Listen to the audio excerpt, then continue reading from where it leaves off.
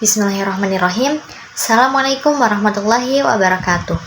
Saya Nur Aziza dari kelompok 1 Pendidikan Akhlak akan membawakan sebuah esai yang berjudul Sabar, Teori dan Praktis dalam Pembelajaran.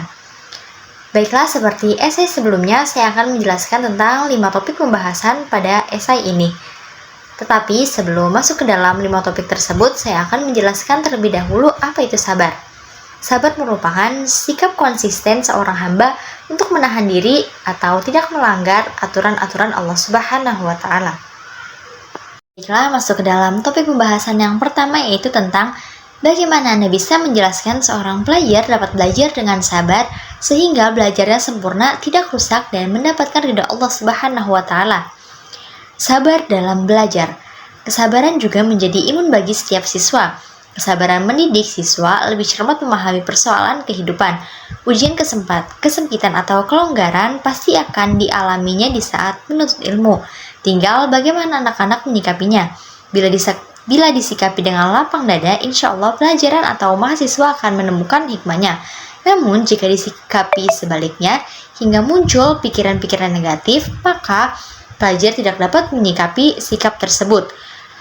Hingga muncul pikiran negatif terhadap Allah Subhanahu wa Ta'ala, maka diperoleh hanyalah kehinaan dan kecelakaan yang sesungguhnya. Oleh orang-orang hebat, kesabaran dijadikan alat ukur sejauh mana ketebalan iman yang dimilikinya. Dari pengertian tentang kesabaran yang sudah diuraikan, kiranya perilaku sabar yang diperlakukan seorang pelajar agar sukses diantara lain yaitu khusyuk dan fokus, lalu pantang menyerah, tidak terburu-buru, dan berserah diri. Baiklah, masuk ke dalam topik pembahasan yang kedua, yaitu tentang bagaimana Anda bisa menjelaskan seorang guru yang sabar yang dapat membimbing, mengasuh, dan mengarahkan siswanya belajar dengan benar sehingga ia dapat berhasil maksimal dalam proses mengajarnya. Seorang guru yang sabar dalam mendidik siswa, seorang guru harus sabar dalam mendidik siswa karena mereka memiliki karakteristik dan kemampuan yang berbeda-beda. Ada yang pendiam, ada yang suka berbicara, ada juga yang cepat memahami pembelajaran, dan ada juga yang sebaliknya. Untuk itu, sudah semestinya guru harus bersikap tenang dan sabar dalam menghadapi perbedaan-perbedaan siswanya itu. Kesabaran yang dimiliki seorang guru harus terus ditingkatkan meskipun itu tidak mudah, karena dari sebuah kesabaran tentu akan menumbuhkan hasil yang manis. Sikap sabar dari seorang guru akan membuat siswa menjadi nyaman saat belajar. Pembelajaran yang nyaman dapat membuat siswa lebih mudah memahami materi yang disampaikan oleh guru dan memberikan kesan yang mendalam bagi siswa. Dengan demikian, tujuan suatu pembelajaran akan dapat tercapai dengan maksimal.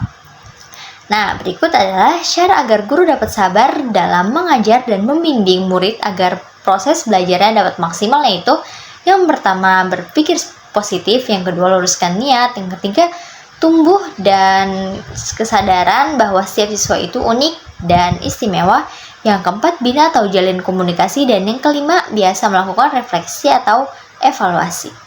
Masuk ke dalam pembahasan yang ketiga, yaitu tentang bagaimana apabila seorang pelajar tidak sabar dalam belajar. Buatkan contoh seorang pelajar yang tidak atau kurang sabar dalam belajarnya, kemudian jelaskan apa saja efek atau dampak negatifnya. Sabar dalam menuntut ilmu. Sebuah pohon yang berbuah membutuhkan waktu yang cukup lama sebelum bisa dipetik buahnya yang matang. Begitu pula dengan menuntut ilmu. Ilmu ibarat buah yang diharapkan matangnya. Adakah manusia yang langsung pintar ketika belajar? Adakah manusia yang langsung ahli tanpa butuh waktu berhari-hari, berbulan-bulan, bahkan bertahun-tahun untuk mempelajari dan mempraktikannya? Tentu tidak. Kita perlu bersabar dalam menjalani prosesnya. Salah satu contoh dari pelajar yang tidak sabar dalam belajarnya adalah pelajar yang selalu mengeluh dalam proses pembelajarannya. Dia tidak sabar akan proses belajar tersebut. Nah, dari hal itu dapat memberikan dampak atau efek negatif bagi dirinya sendiri, yaitu jadi pantang, mudah menyerah, lalu juga dapat menumbuhkan rasa malas karena dari tidak adanya rasa sabar tersebut yang mengakibatkan ia tidak dapat memahami pembelajaran tersebut dengan baik dan benar. Baiklah, memasuki pembahasan selanjutnya, yaitu tentang bagaimana apabila seorang guru tidak sabar dalam mengajar. Buatkan contohnya, kemudian jelaskan apa saja efek negatifnya. Membahas mengenai kesabaran seorang guru, kesabaran merupakan suatu sikap yang harus ada pada diri seorang yang mampu menahan dirinya agar tidak mudah melakukan tindakan yang salah. Kesabaran juga dapat diartikan sebagai ketelatenan seseorang dalam melakukan sesuatu.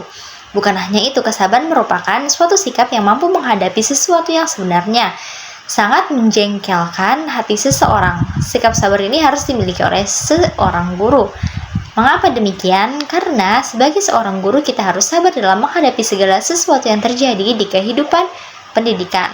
Nah, dari guru yang tidak sabar tersebut tentu saja memiliki efek negatif baik bagi guru tersebut ataupun bagi murid. Di antaranya yaitu murid akan menjadi tidak nyaman, tertekan, dan sulit memahami materi.